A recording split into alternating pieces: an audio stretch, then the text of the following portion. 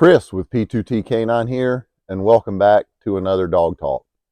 We're going to go practical to tactical on another subject, and as I have spoken about in the past, sometimes these topics are timely.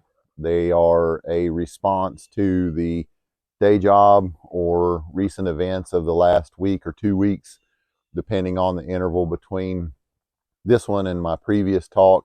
And this one is no exception. So this one is kind of odd in the way that it's kind of coming together several different themes from the last 2 weeks, all crossing at this central point. And that's what's going to drive this week's Dog Talk. A little bit of housekeeping. Troster at Frequency Canine, you have been roundly voted down about short dog talks. I've had more feedback that people like these deep dive, in-depth talks more so than trying to cram in a 15-20 minute talk. So I am going to keep an eye on the time. I'm going to try to behave and not have you here for a full-length Hollywood film, but still give it the time that it deserves and not rush through the subject. So how did we get to this week's subject, and what is it? Before I outright say that, again, where I'm talking about several lines coming together this week to spur this dog talk, the subject has been a bit of a theme, completely unknown to him, from Troster at Frequency Canine for the week. A second theme I have put out multiple times on these and on Instagram that if there are people out there, viewers, who have questions or a particular subject in mind, that they can let me know and I will address those. And that happened 2 weeks ago, thereabouts. Let me pull this up on Instagram real quick. This comes from the account, and it's a public account, so feel free to go and look it out. A lot of interesting stuff on there. Check it out. Isle of White Sheps. So very neat looking account, and here is the message. There was a little bit in here about equipment. Let me just get down to the meat of it. By the way, my husband and I totally are enjoying your long, in-depth talks on YouTube. If you're looking for requests, I'd love to hear your thoughts on social reactivity, human and dog reactivity, and how it's dealt with among your working dogs, i.e., how is it reduced, redirected, counter-conditioned, corrected, or is it mostly just taken care of through management? I don't know if that's up your alley or not. Anyway, thanks again. So that is a great question, and I am happy to take that on, and I appreciate you watching the videos, Isle of White Sheps, and also for submitting that topic for a dog talk. Now, before we dive right into it, another intersection from this last 2 weeks, and it goes hand in glove with the submission there, that direct message on Instagram from that account. So in this account, says my husband and I, so I'm going to assume this is a lady writing this. Don't want to get in trouble. Anyway, her question is about reactivity, human and dog. So this week, it has been brought to my attention from a couple of different avenues, both from the day job side and from my network of friends of mine, people in my inner circle, certainly Troster at Frequency Canine. There is a bit of a feud, brouhaha going on right now between two guys that have a bit of a profile in the dog training community. I'm not going to mention them by name. There really isn't a reason to do that here. If you're curious about it and you want to email or message me, I'll be glad to tell you who they are and where you can find it, and you can go read about it yourself and make your own conclusions about who's right and what's what. But there was an interesting component to that, and that's why I bring it up and why it's relevant to this morning. Pardon. One of the guys in this back and forth, he posted on Facebook in response to the other gentleman that I wrote the definition on certain terms 25 years ago. He went into capping and aversion and a couple of other subjects, but he says, I wrote the definition on a couple of these terms 25 years ago, and it means A, B, and C, not what you're talking about. That's not what it means. That's not how it's used. And this is where I want to bring that into this morning's talk. I can't stress enough, and I have mentioned it in previous dog talks. I don't know, she's probably not in the shot, but there is a working dog right here at my feet, and I'm wearing the mic and hoping that her chewing this Kong is not being picked up on the audio. But there is a working dog right here at my feet right now. And I can't talk to her, and she can't talk to me.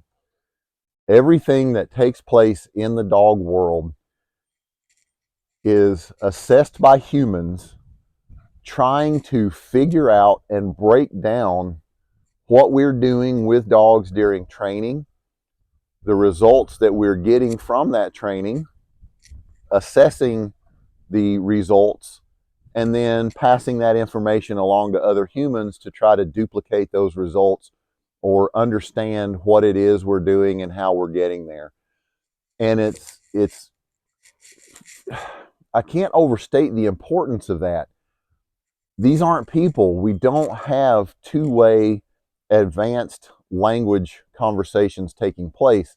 And while you can learn a lot from spending time with dogs and training with them and working with them over the years, you can't say things with such certainty because they can't say, well, you're kind of right about A, but you're missing the mark with B. You are off topic. So I want to start and say this morning, even with the questions submitted by the Instagram account about reactivity, what is the definition of reactivity? I want to talk in the broadest, simplest terms possible so that we don't get bogged down in this is the definition and this is the definition that I wrote or that I adhere to or is the correct one and no one else is correct. That is a huge problem in the dog training world, both on the pet side and on the working dog side. And I've spoken about it previously in other Instagram posts and in other YouTube videos, but if this is the first one you're looking at, I want to reiterate that over the last 25 years, what I have come to discover, and it's part of one of the founding principles of the company of P2T Canine, there are more similarities than differences between what makes a quality, reliable pet companion all the way through service dog, all the way out to your best, most high-end working dogs. There are common threads and things that all of the best ones will share in common, and a lot of behaviors and characteristics that we wanted to develop and enhance with these dogs that run common throughout. They're not radically different. To start with the premise, oh, well, this is just a pet, so I shouldn't expect that much out of it, or this is a working dog and I'm going to just relegate certain behaviors. And trust me, I know I'm meandering a little, but I'm trying to really get you to wrap your mind around what I'm trying to convey this morning.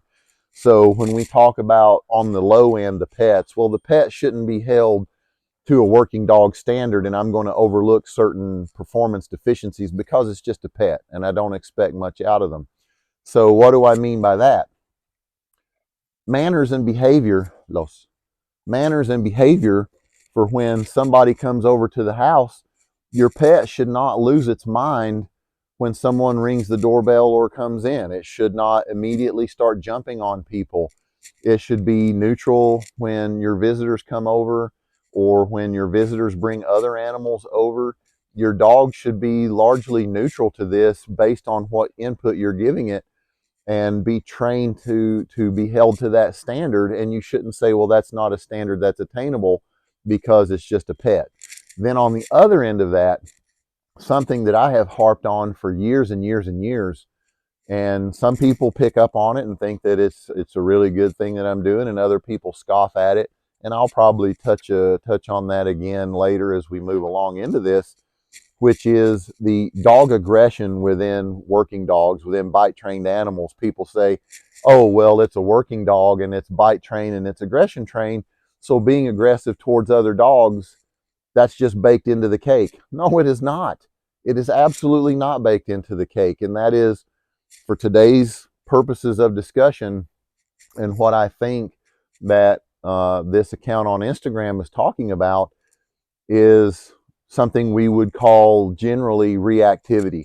So in the past several days here, the last week, Troster at Frequency Canine on Instagram has been posting some pictures and writing some stuff on Instagram about how he's going to take grief from people when he mentions reactivity and reactivity expectations, and how you shouldn't be putting up with certain behaviors from your dog.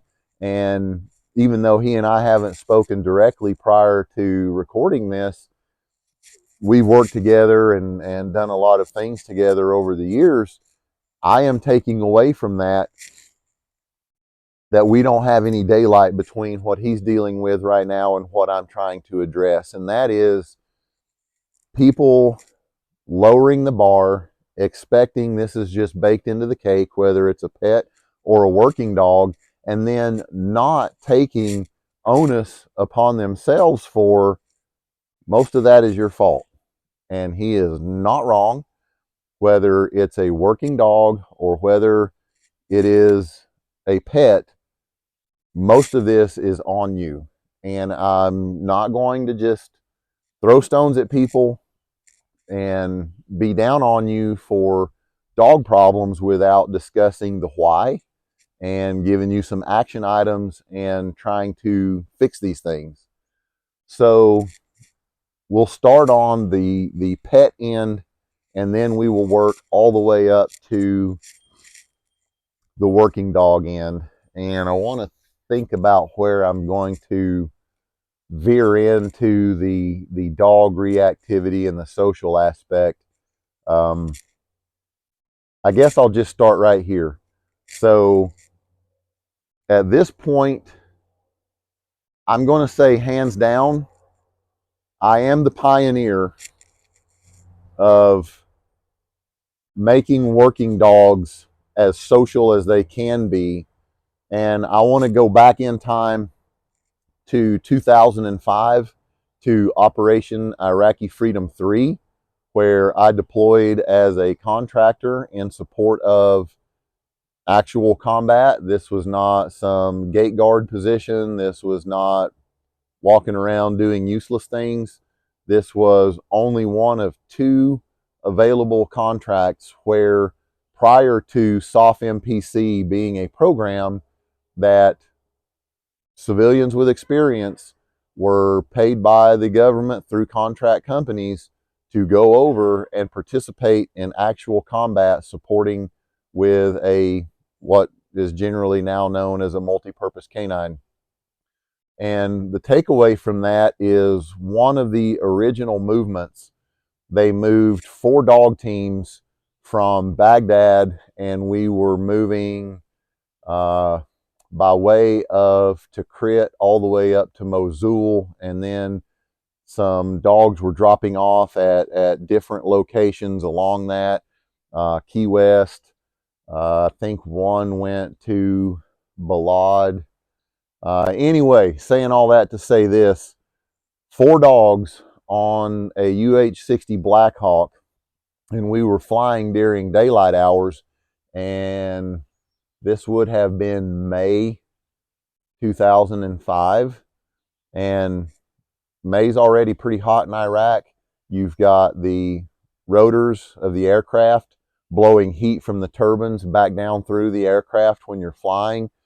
And so we board this aircraft, and we have 4 working dogs, all bite trained, and we get on this aircraft, and we're following old school protocol, and we've got the big leather basket muzzles on them.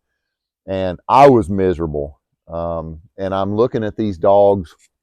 We're flying in full kit, and I'm melting down. I'm hot. I'm miserable. And I'm looking at the dogs, and I'm thinking, these guys are just melting into a puddle. They're drooling. They're hot. They're panting. And I thought, this has got to change. This can't be the requirement. This can't be the state of play of moving multiple dogs on an aircraft or in a vehicle. We've got to get beyond this, oh, dog aggression is acceptable or baked into the cake with an aggression trained bite dog. And we're going to have to get to where we can socialize these animals and have them ride reliably with handlers, keeping them under proper control, but without worry of reactivity issues where they're going to bite each other or have a problem. So starting from there, I did it. It was me. Some people don't agree with it, but I'm going to put some pictures in right here, and I'm going to span several years and show you some pictures to look at.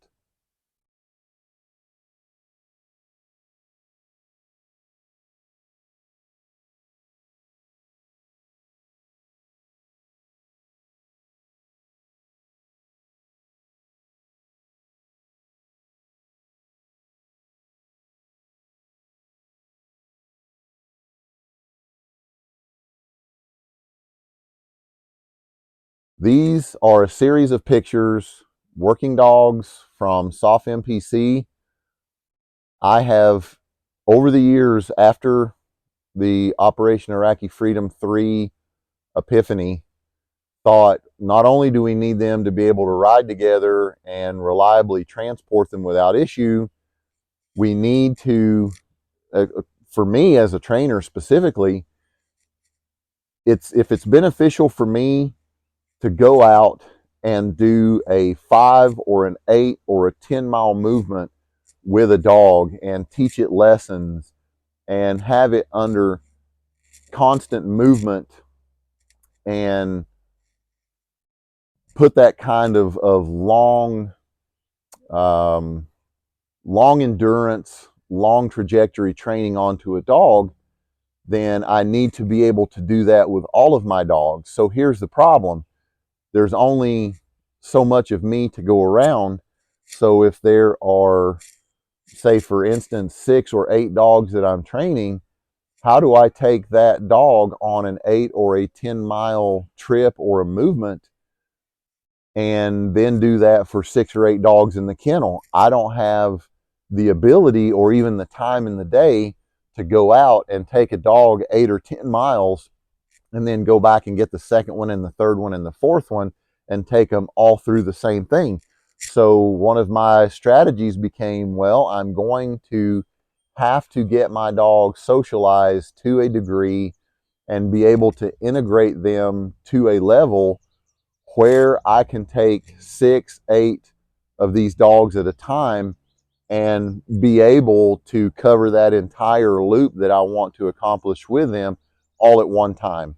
So now I can maximize my efforts, and I can have all of those dogs go with me, and I can cover that ground, and they all get equal benefit out of it, with the additional benefit of they all did it together, learning the expectation of when they fly on an aircraft, ride in a vehicle, or if you prior to this, the thought process was one dog on one team on one objective, that there wasn't really the operational capacity to go and hit a single target and take more than one dog with you, because 2 dogs running off leash were just automatically going to find each other and start a fight, and then we were going to have a liability rather than an asset, because now handlers and personnel are going to have to stop whatever important critical task they're doing and focus on splitting these dogs up and then seeing if they have any medical issues to take care of. So with that being said, now I have the added benefit of I can go 6, 8, 10 miles with a group of dogs. I can cover all of that ground and accomplish those training objectives with them and do it all at one time, and also keep them animal neutral to each other in support of what we may have to do for transportation in country, on combat, or potentially more than one dog on a target. Another product that this yielded. Where are you going? Hey, hey, off, off Deacon. Good girl.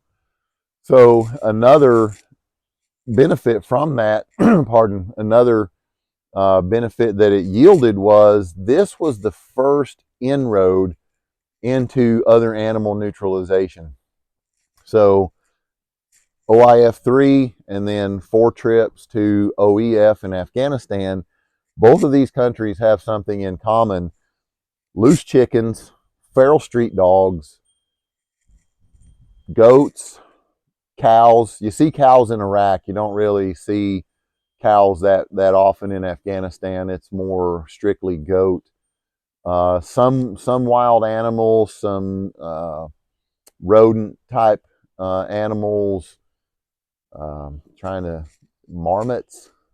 They have, I think they call them marmots in Iraq, but some small rodents, some rabbits, small fox-like, small kit fox type animals.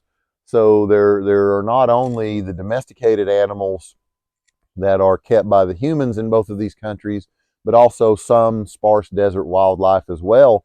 And you don't want your working dog reacting to those encounters while you're on target. So even though I'm not saying that it is a direct line with having your working dogs within your own program, within your kennel, able to get along, walk together, close proximity, unmuzzled, and not react to each other, it's not a 100% solution to being neutralized towards chickens, goats, and other livestock and wild creatures.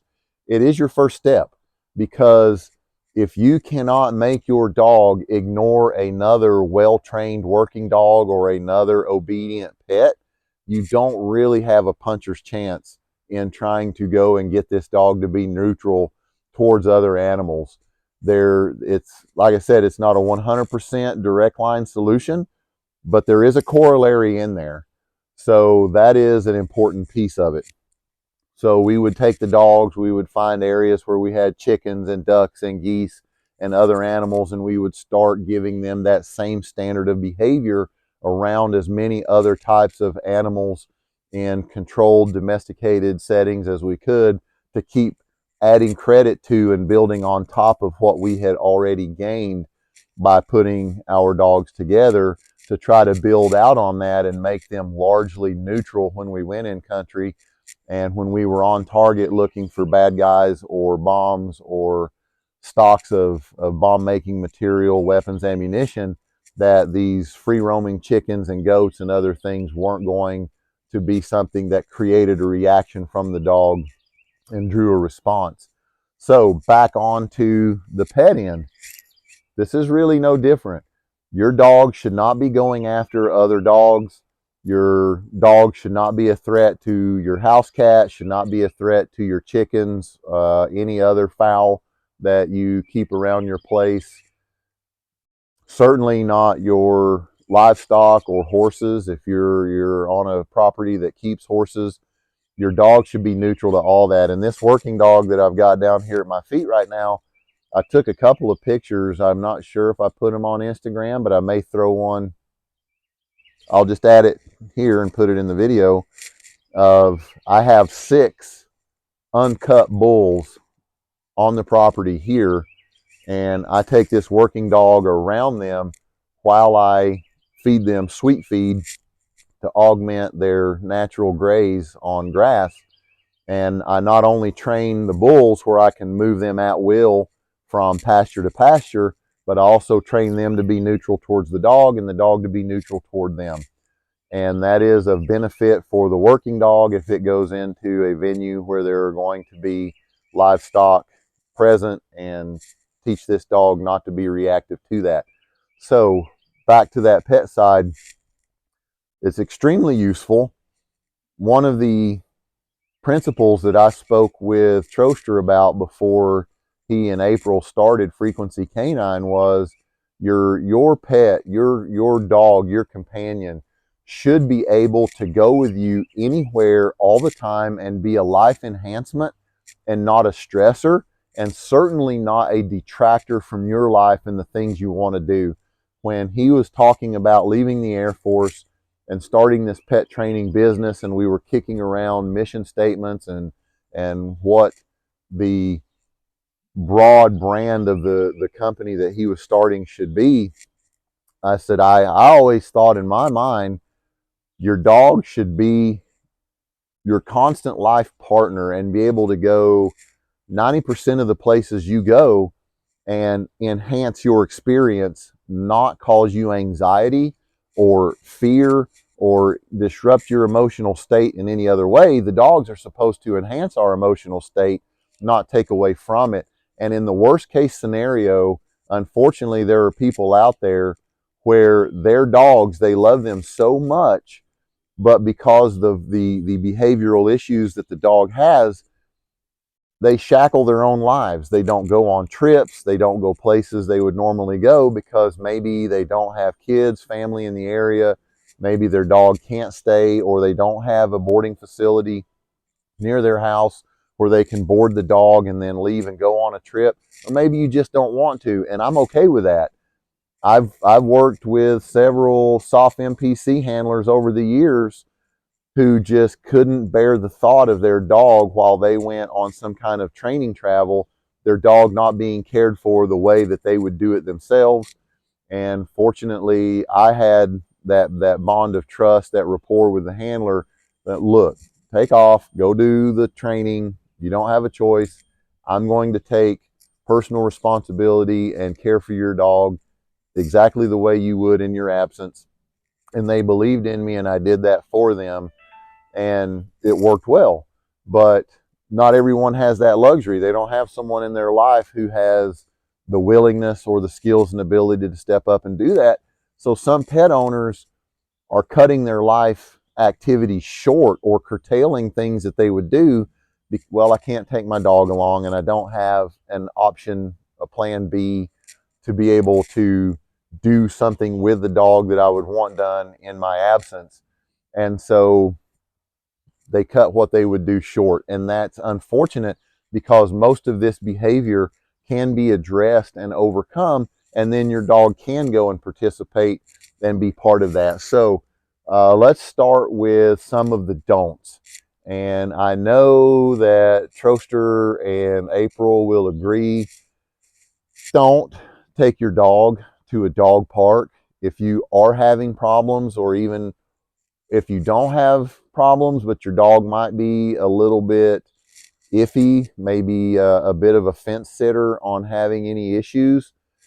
Dog parks are the absolutely worst places in the world to take a dog. This is gin pop on a medium to max security prison yard. They're out there eyeballing each other, and most of the people who take their dogs to these free range dog parks don't have a clue about what they're doing. Maybe their dog is kind of neutral. Maybe it's not. Maybe they misread their dog because they think they're an expert and they really aren't. But they go out here and they say, oh, my dog's fine. It gets along great with other dogs. I'm just going to cut it loose willy-nilly and everything will be fine. Well, it won't always be fine. Did you key in on that? Was that happy voice that made you want to get up and see what I'm doing, what I'm talking about? Mm-hmm. It's fine. Just Chilowski, we're talking. So, with that being said, a dog park is a terrible place to take your dog. All right, come here, come here, come here. And there it goes. It's a terrible place to take your dog to try to introduce this integration, this neutrality, and it's also a terrible place to maintain it because you have no clue about what other dog is going to react to your dog, and no one else there has any kind of control mechanism over their dog because it is a off-leash, willy-nilly, gin pop prison yard atmosphere. So with that being said, don't take your dog to the dog parks. Fine. And I know some people live in suburban areas. I've been to these areas, the Vancouver, Washingtons, the Portland, Oregons, the Seattle, Tacoma areas. I understand the landscape and some of the constraints, and you want to be able to go and let them have some free time. Maybe that's possible way on down the road, but I really recommend against it. So for pet owners, and again, all of this is related. A dog is a dog is a dog is a dog. Um, how can I package this in a way that I can present it? So during soft MPC, I'm combining these bite trained working dogs and integrating them and being able to manage multiple dogs together solo. And I've spoken about this gentleman, that is an awful nice word to use for this person. Anyway, moving along, this guy used to throw mud within the community at me, saying, well, the reason that my dogs can do this is because I have softer dogs than what he was working with, and telling his handlers and his program, don't look at that guy over there because we can't do that because his dogs are softer than mine, and we're really doing it better than he is, which was a lie.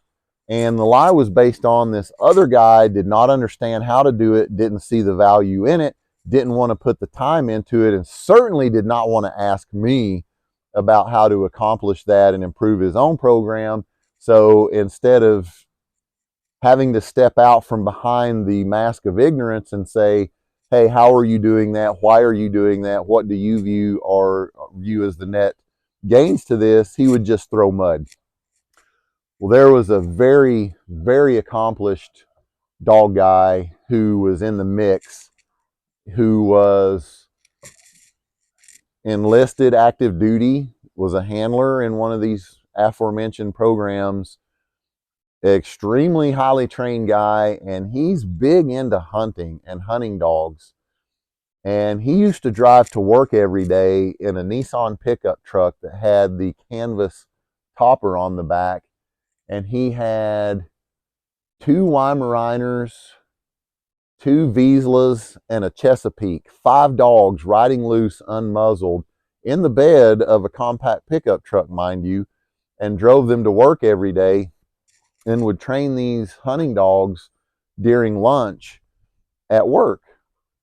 And he and I had this discussion, and I said, so why does this other guy poo-poo the way that I handle multiple dogs together? And the active duty enlisted guy says, well, yeah, but we do have some pretty hard dogs. And I said, that's not a qualifier. How do you bring 5 hunting dogs loose, unmuzzled, to work every day in the bed of a very small pickup truck? Well, those are just hunting dogs. You mean to tell me you're going to just deny the premise that all of these dogs are genetically the same, that they are all dogs and they have dog behaviors and dog tendencies, and that even though you can make 5, they were well-bred, very high drive hunting dogs, so you've got 5 dogs that are apprehension trained in a different arena. They're not grabbing people, they're picking up animals, and they're picking them up in a way such as to not damage the animal, but they are certainly high drive. You're going to tell me that there's somehow a fundamental difference between those high drive dogs and these other high drive dogs, and say it's doable with the hunting dogs, but not doable with the multi-purpose working dogs? How do you square that circle and dismiss that premise? So it was a big debate, and the guy who threw mud at me and said that this is a waste of time and it's because your dogs aren't hard enough. One of the dogs that he's referring to actually killed 2 enemy fighters back to back on a mission in Afghanistan in 2009. So I don't know who you're calling a soft dog that kills 2 enemy fighters back to back in engagements, but because he's social and because he can interact with other dogs, doesn't make him soft. So, with that being said, this mindset is not just in the pet community, it proliferates throughout. And I go back to the original premise that whether it's pet or whether it's working dog, there's still a common thread. So, on the pet end, where do people first go wrong with reactivity? The first thing that most people mess up with is thinking that it's mean or cruel or somehow inhumane to put equipment on your dog that helps you control them and teach them and guide them.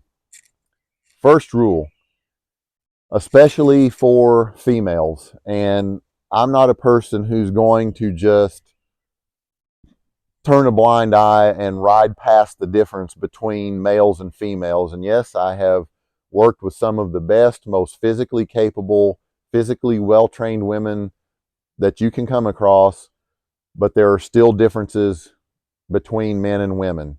My wife's an excellent athlete, very strong, but I'm going to borrow from Joe Rogan. No brag, just fact. Even if I had the flu, I could still kick my wife's ass. Just saying, there's a difference between men and women. So, with that being said, the first problem is, especially for a female, and guys do it too, but to choose the wrong equipment to try to start training their dog and keep proper control over them. If you are a smaller stature female and you don't work out a bunch, but you think that it's mean to put some type of a correction or control collar on your dog and you want to go to a harness and spread the load of the harness over the dog's torso, which gives you zero control. In the sled dog community, which there is a guy who is a 20-year retired Special Forces veteran, will certainly watch this video, who came from the sled dog community, will tell you the reason you put a harness on a sled dog is to keep their airway open and to allow them to be under load and exert force and pull a sled with a musher on it and keep their airway open and not feel a correction. Last week I did a video showing the canine working vest, the tactical vest, which is one of the greatest inventions in my lifetime over the arc of the working dog community. And the reason that it's great is because all of the reasons sled dog mushers use them. It keeps the airway open, it doesn't provide a correction, and we can put a tremendous amount of load on the dog, either them pulling bad guys out of confined spaces or having them on a tracking line and being able to support that load of moving the handler and having drive and a bit of tension put on them going the other way during a track and not restrict the airway or give them a correction or diminish their drive in any way. So if you're a female and your dog has reactive issues, or if it's a puppy and you don't want it to develop these issues, do not put them on a harness. When they are on a harness and they see another dog, even though your dog may not be reactive, if you walk up on another dog that is, and your dog responds in like kind, you have no way of stopping that drive, of bringing them back under control. So you have to have my favorite thing in the world, and I'm going to prove it to you right now. This was not even pre-planned. Hey, come here. Come here, boo-boo. Hey, come here. I'll throw your toy. Let me see. Look what I'm doing right here. Woohoo! Herm Springer pinch collar or prong collar. People think that this is the most torturous device, and it does look like some kind of medieval torture device. It absolutely is not. This is one of the best, most humane ways to teach a dog a little bit of control, to be able to exert the least amount of force on them. A herringbone choker chain, it is good at taking away the airway. A pinch collar will not stop a dog's airway. It keeps them, keeps their airway open and leaves them able to breathe. But it has these little points and they're not sharpened. Look here. If they were sharpened points, I could not do that and not put a hole in my hand or cause blood. They're just these little rounded, and this one is the only collar to use if you're going to use one, which is Herm Springer. And Herm Springer uses the best, most resilient, high quality steel. Herm Springers, I've still had them come unbuckled on infrequent occasions, but not as much as cheap brands, knockoffs, brand X's.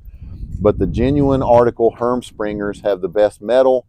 They're the strongest. They come in all different sizes. They're sold by the millimeter, which tells you how thick the metal is. So 2.5, 3 millimeter, 4, 5. I think they go all the way out to maybe 6 millimeter, maybe. I don't know. But this one's kind of a medium low, not too thick. This is a IPO trained shepherd, an import. Doesn't need a whole lot, but she is drivey and she's stubborn, and sometimes I need just a little bit of reminder that nope, you can't go that far. So start with this. The reason why a dog can hit the end of a flat collar, be it nylon or be it leather, and put a lot of impact on their airway and on their throat. And even though it's a flat collar and you think that it's not intended to create damage or injury, it can because of the nature of the construction. It's flat, it's smooth, and they can hit the end of it that it doesn't become a mechanical injury, it becomes an impact injury where the dog can damage their throat in some way because they can hit the end of that leash with so much force on a flat collar. The choke chain, which is really just this, the herringbone section in a continuous loop around the dog's neck, it feeds very smoothly and it's good at taking away the airway. But when you talk about how confined that pinch area is, it can also damage the airway, and the dog can exert a lot of force against that herringbone choke chain and put way more force on their throat than you think that they could because it's a choke chain.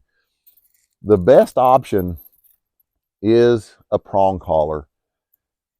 It distributes the load evenly over a series of these contact points.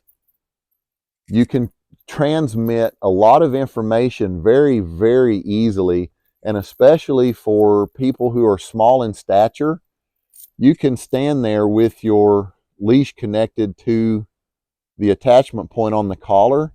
And once I have shown them in a couple of decent corrections the power of that choke chain, normally I can just take that leash and I could just hit the take up. You can even see the dog. She just, I don't know if she's in the frame, but her ears just stood up and she looked when she heard that. I can just bounce that leash and run the herringbone through the take up before it even really engages and just remind the dog, hey, I see what you're thinking. George Hickox would call it the impure thought. The impure thought always begins before the impure behavior. And once you get dialed in with your dog, you will see the impure thought starting.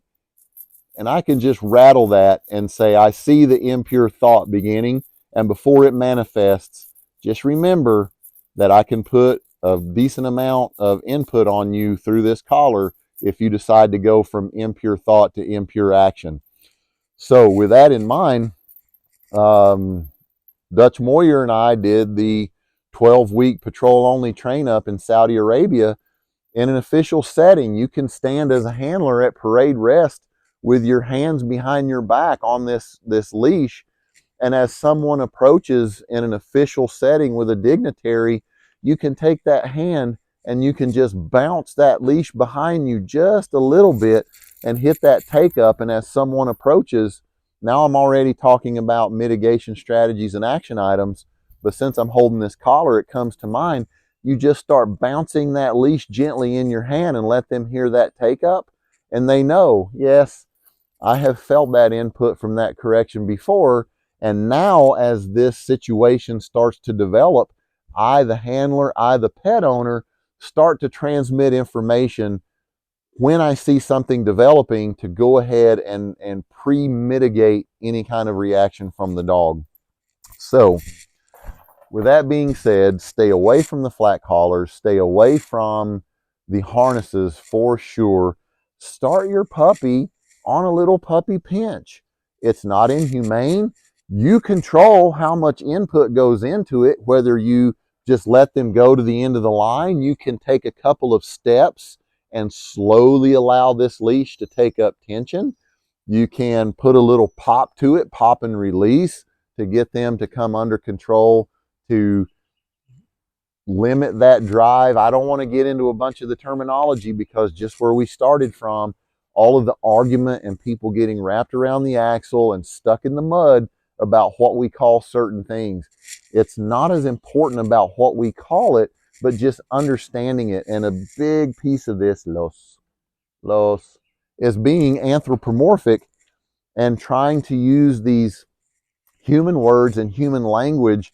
And the problem is, all too often, we start to assign human rationale and human values. Well, the dog does it because of this, and because I see a similarity or a parallel with human behavior, I'm going to explain it in a way that has human words, but then also human values and human motivating factors behind it, rather than the dog's motivating factors. And I've spoken about it in many, many videos prior to this.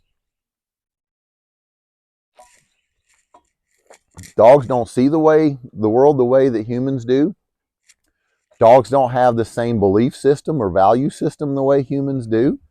And when we don't really pay attention to that, that's where we get into problems as pet owners, dog trainers, and dog handlers, is the thinking that somehow I know what's going on, or I understand what's going on, viewing it through a human lens and putting those human values and motivating forces behind it. And it's just not true.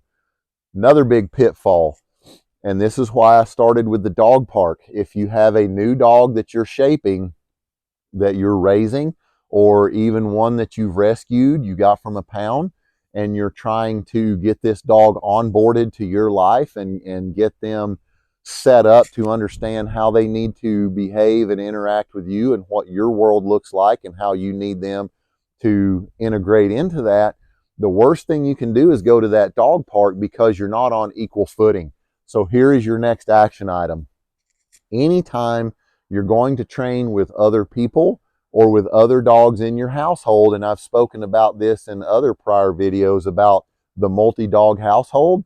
Yes, you can have a multi-dog household, but they all have to be on equal footing.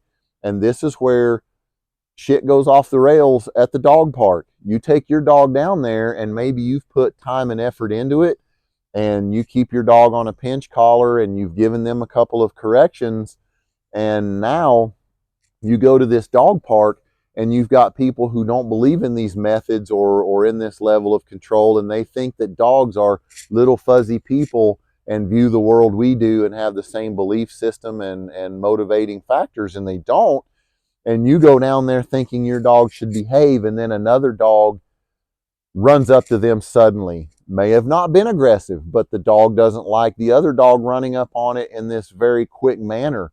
Maybe getting too personal too quickly with the genital sniffing, maybe sniffing their face and mouth, maybe coming in and being passive aggressive, trying to tower over them or crane the neck or flag the tail, or a lot of these other posturing behaviors that can just be a little bit of foreplay to things getting worse, to start that escalation, the tit for tat. Well, this dog came in and craned its neck out and held its head very high, so I'm going to flag my tail. Well, then this one moves closer. Well, then maybe the other one in response hackles a little, and maybe it takes a couple of quick steps and parries and turns a little bit with its body language to the other dog. This is all the escalation, the tit and tat back and forth, which is not a direct road to aggression, but it can get there. All too often people say, well, the dogs just play together. And here I have just spent 3 or 4 minutes decrying anthropomorphism and anthropomorphic explanations, and I'm going to go right into one. If you have kids, and especially more than one kid, The poking leads to the pushing leads to the shoving leads to slapping can lead to the punching, and even between siblings, the playing and the roughhousing is playing and roughhousing until there's physical pain or until somebody starts to feel some kind of emotional disadvantage. And this is one of the reasons that I am so bad at any kind of rolling or mat work or Brazilian jiu-jitsu or any other kind of formalized training.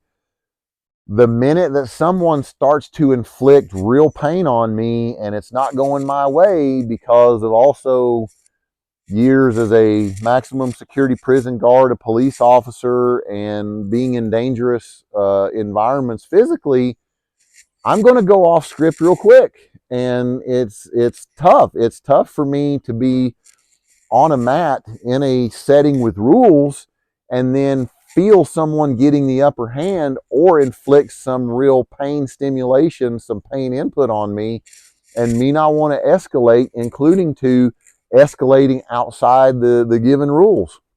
So going back to the dogs and to the kids, it doesn't take long for pain to be inflicted, for feelings to get hurt, and now we have got this rapidly escalating situation. And that's why dog parks can be so bad. Oh, I've never seen my dog act that way before. Oh, I'm so sorry. Well, when they're all in here off leash together, it's very, very difficult to make these introductions and inroads when everyone's not on equal footing. And equal footing is so, so very important. If you have a multi-dog household, that controlling of resources, the food, the water, the furniture, where they sleep, how they are allowed to interact with you, a lot of these items that I just touched on are in a prior video called Things Every Dog Owner Should Know Part 1. Yeah, there are multiple parts. I haven't gone back and gone into parts 2, 3, 4, and beyond. I need to. I will one day.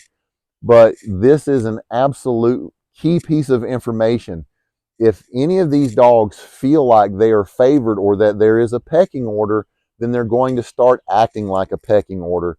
If you want to have a dog that is not reactive, that trusts you, you have to be in charge. And they have to know, they have to feel that physically you have the upper hand on them when it comes to their reactions. Now I'm going to go back to previous videos, the hard truth about gunfire and the live gunfire demonstration. And in that, I discussed being your dog's spirit guide. You are your dog's spirit guide in every situation. And it doesn't matter if this is a brand new puppy or if this is a pound rescue, a dog that you're bringing home, or one you got from a friend and you're rehoming. They're going to have bad habits and some scars from their previous experiences in life.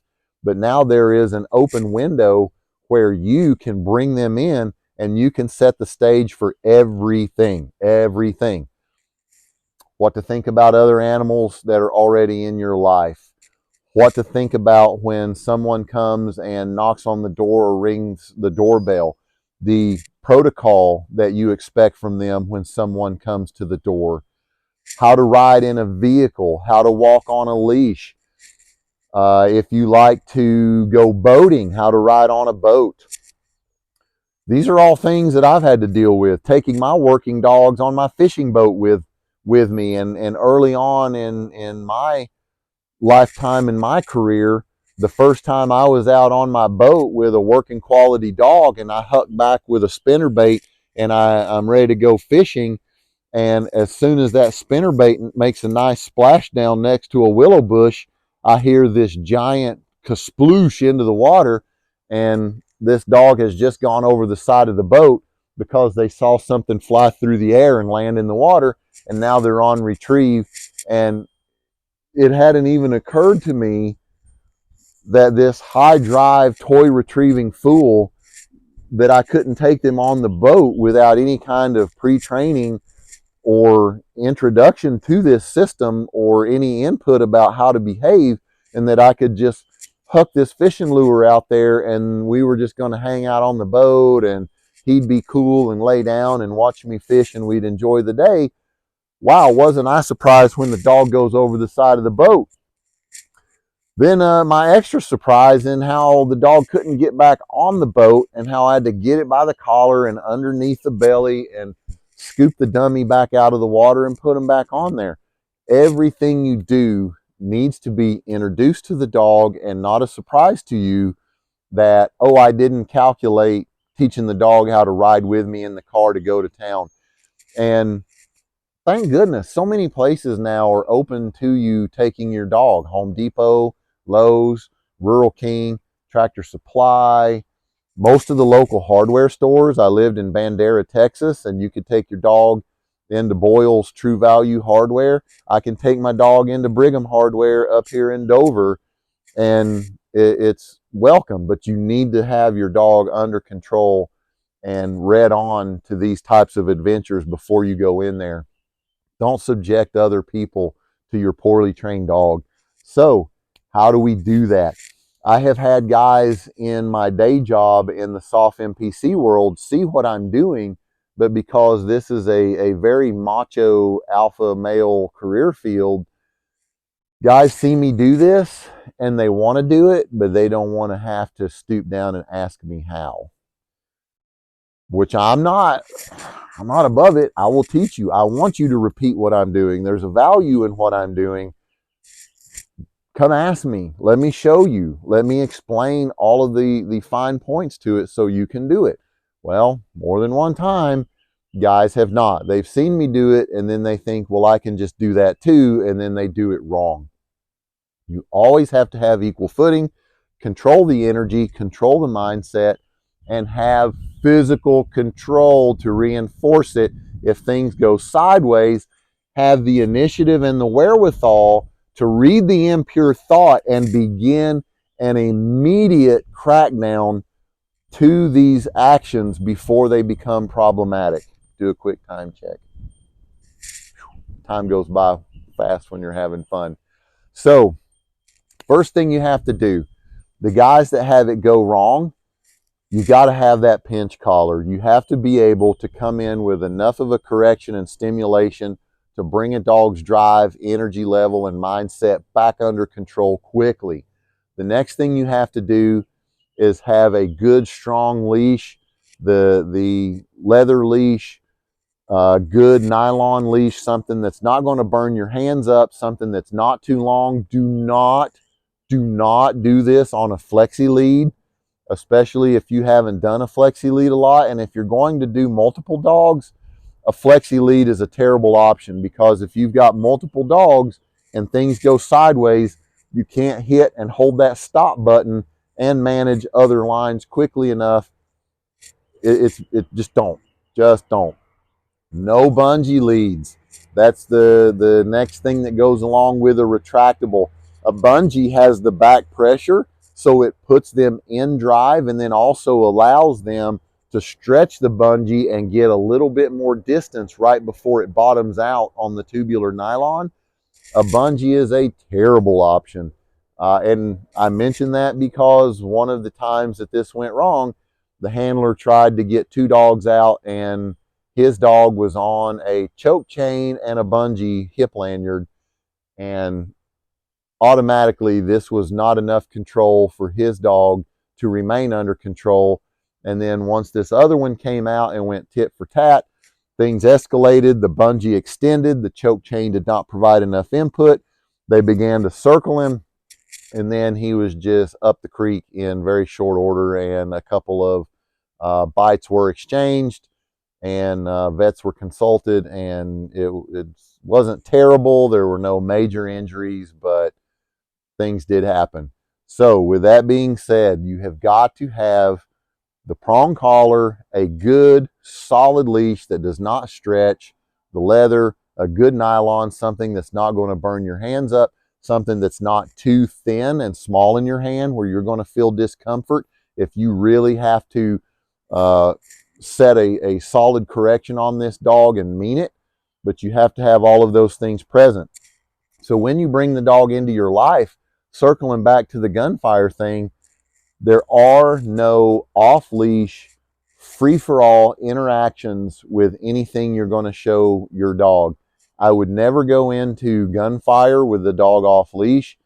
I would never go into riding on a boat for the first time off-leash. I would never go into riding in the cab of the truck with the window down off-leash, not do it in the bed of the truck off-leash. All of these things, you have to have positive control, set that boundary, be able to stop that dog. We all have a line in mind, whether it's the bed of the truck or the window of the truck. If it's other dogs that you're going to introduce them to, or whether it's going to be an animal, your chickens, you have to have that line of control where once I see that impure thought becoming, we should already be sending information through that leash and collar system when we see the impure thought starting. But then if the impure thought starts to manifest, we have to be able to stop it before it reaches fruition. So with that being said, the next thing you cannot do is show anxiety.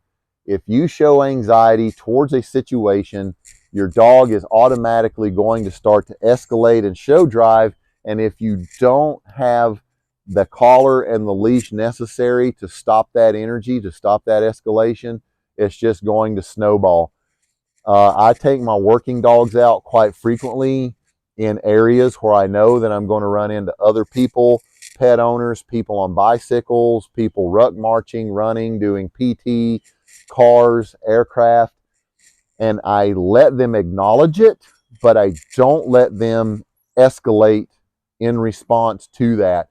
I'm using calming words, I'm reassuring them, I'm talking them back down, and I'm sending small amounts of stimulation through that leash to the pinch collar.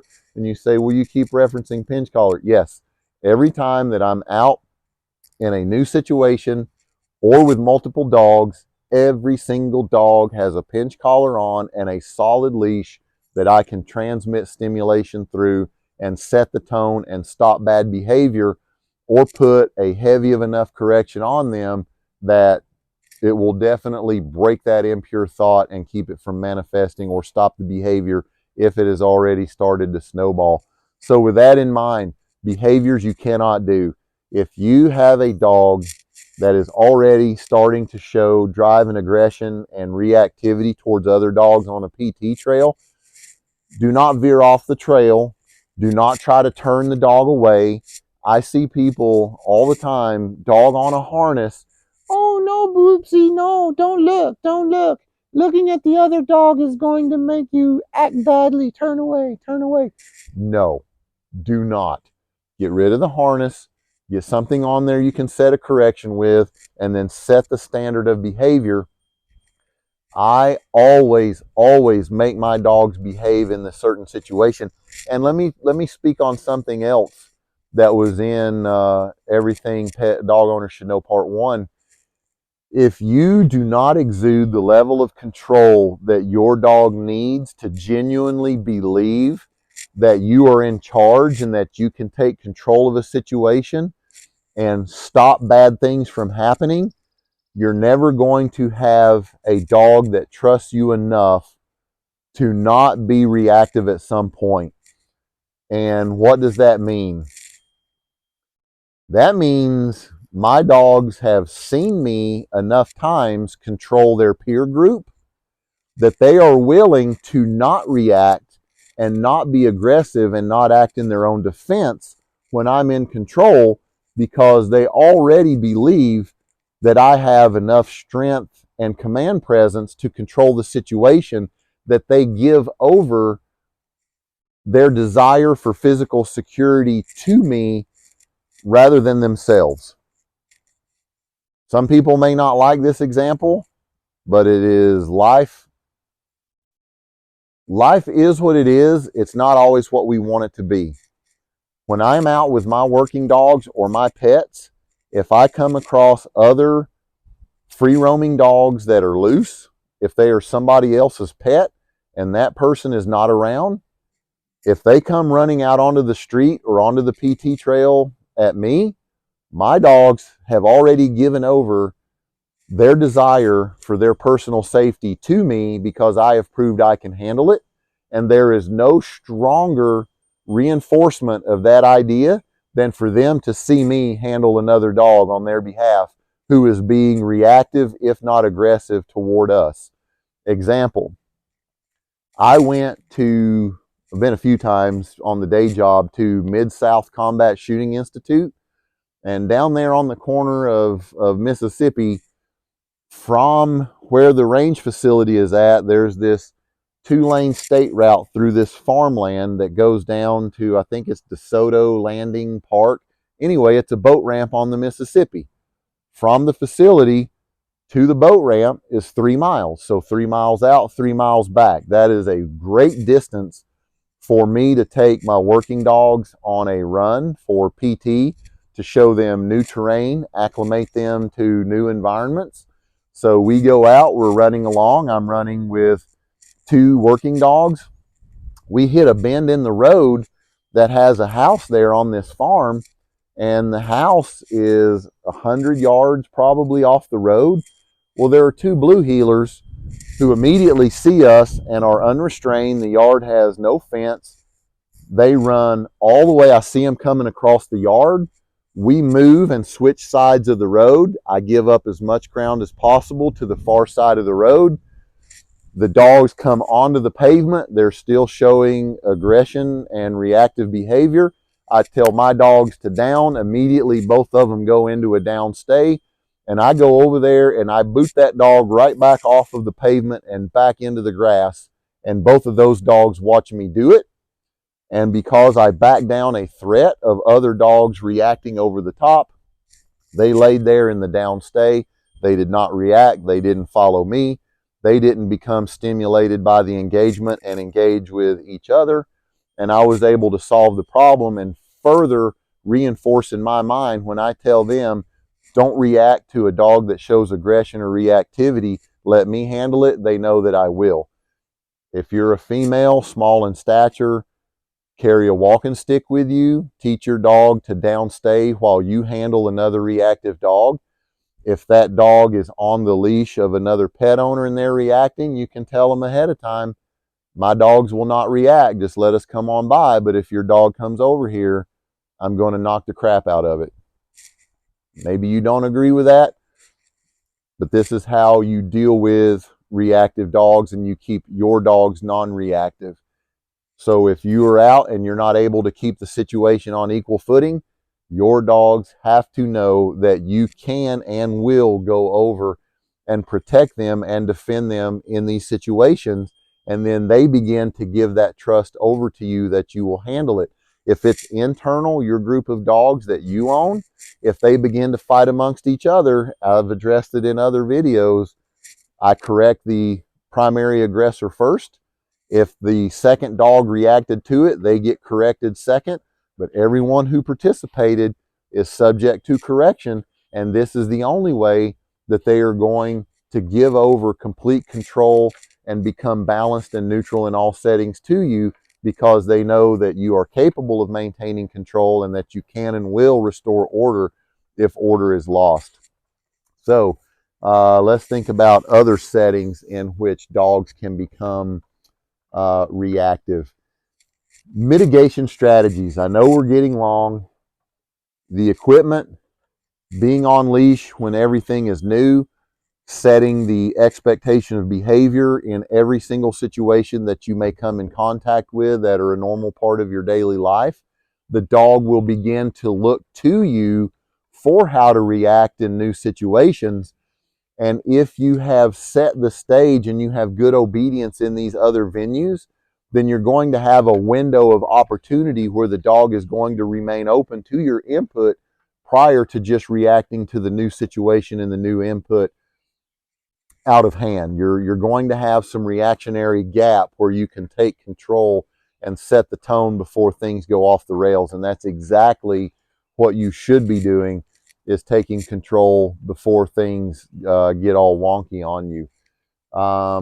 I know I had a couple of other things in mind before I started this with mitigation strategies. The down stay, an absolute down, is a great tool in your toolkit for you to be able to, whatever you're working in, English, your native language of your imported dog, for you to be able to yell down and have that dog hit the deck show dog style and remain in that down stay, so that you don't have a divided attention task on hand and you're looking around trying to make sure your dog isn't reacting and you have to police it up while you're dealing with something else. Having the confidence of that down stay, and then you can focus on what needs to be brought under control, that is absolutely priceless. For me to know that I don't have to know what my dog is doing behind me and that I just deal with what's in front of me, that is money. Another major problem to look out for: the little pocket dogs, the ankle biters, the teacup dogs, the purse dogs. I've spoken on it before.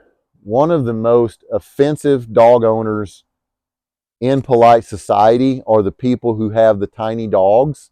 And I'm going to touch back on anthropomorphic explanations for a moment.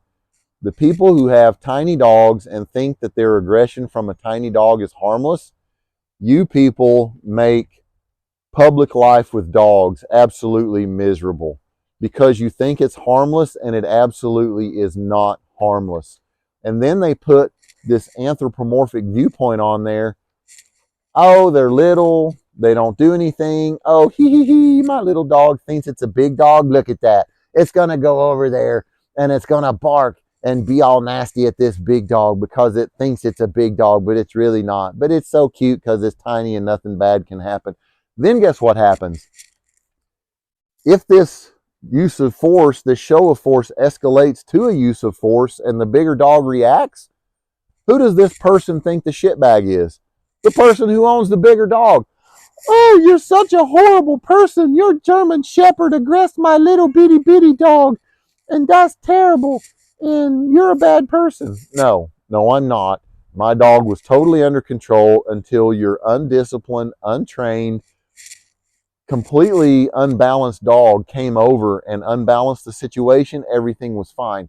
And let me go back and dispel the myth why you think that the little dog thinks it's a big dog. No, it doesn't. Hey, aport, los, go find your toy. Go bring that. She's going to leave that Kong down there. No, get up here. Come on. The reason that dog thinks that it's a big dog, it doesn't think it's a big dog. Quit putting a real human explanation or viewpoint on this. That dog knows it's tiny. That dog knows that it is subject to getting its butt kicked. It is waiting on what has happened its entire life for Big Brother over its shoulder to swoop in and rescue it from danger at the last possible moment.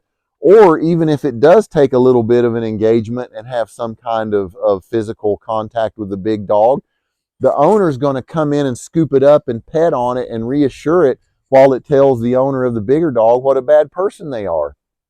This dog, I promise you, these little dogs, they do have a real world understanding of their size and their capabilities. They have just learned that you are always going to be there to bail them out, and they're counting on it. And they like being reactive and going and provoking these other dogs. It gives them an outlet for things that you don't do: play, real obedience, real interaction in other situations. They're allowed to be a snotty kid who can just go and try to be a bully to other kids, and then the parent comes in and condones the behavior. That's why these little dogs are reactive, not because they think they're big, because they have had an entire life of being coddled and even rewarded for the things that they're doing. And these people are an absolute just blight on society. So all of you tiny dog owners that engage in that, shame on you. Shame. So I have done some Instagram posts where I show this working dog in the presence of gunfire. I did the actual live ammunition video on YouTube. That is high echelon, top of the food chain demonstrations of giving dogs outlet, an outlet through. No, you morons. So now these two dogs are down here starting to play and roughhouse in a good way. They just moved the camera. I don't even know what it's looking at this point, if you can even see me. But I'll bring this in for a landing. I know it's a long one. Control in every situation, the correct equipment for control, be your dog's spirit guide, show them the expectation of behavior in every arena of your life. Don't go to dog parks. Don't allow other unbalanced dogs to bring your dog out of balance and create a bad situation. Do not hesitate to go out there and defend your dogs decisively, to let them know why they should yield control of their personal safety over to you. There is no difference between the expectation of control and a lack of reactivity from a pet all the way to a working dog. The only difference is what your pet can be trained to do. Maybe your pet can't be trained for detection or for tracking or for search and rescue, but it is not a reason to say my dog is not capable of being balanced and controlled in every situation and being my constant companion everywhere I go, not keeping me from going places that I would like to go. And that thread runs all the way up through the working dog, getting them to ride on helicopters, be neutral around gunfire. All of these are possible, and they share a common thread throughout. The mitigation strategies, the control mechanisms, all of those things are the same. If you have more questions, leave it in the comments to this video. Hit me up on Instagram, Isle of White Sheps. If this was useful, if you liked it, if it hit the areas that you were looking for from the question in the message, let me know. If there's more that I left on the table, absolutely tell me and I'll come back and hit it again. Thank you for watching. Check out p2tcanine.com for equipment. Check me out on Instagram. I'm happy to engage on Instagram. If there are videos or posts you'd like to see on Instagram, let me know about that. Share, like, and subscribe here on YouTube. The information is free. The video is free. I just enjoy being able to tell you what I have found out over 25 years of trial and error. Thanks for joining. We'll see you on the next one. But wait, there's more. There's always more. There's always so much I want to talk about in these videos and sometimes don't get to. People, we weren't just talking about from the post, the direct message about dogs, but also the question was also people. In KNPV, the Dutch of it is, the rough translation is free dog. A lot of people put their dog on a release. It's not, command means do something, a release word, and free dog, vrijhond, things of this nature are ways to release your dog from obedience. So reactivity to people, you should always set the dog's natural default response to people to be aware but neutral. They're not allowed to just run over to people, to interact willy-nilly on their own accord.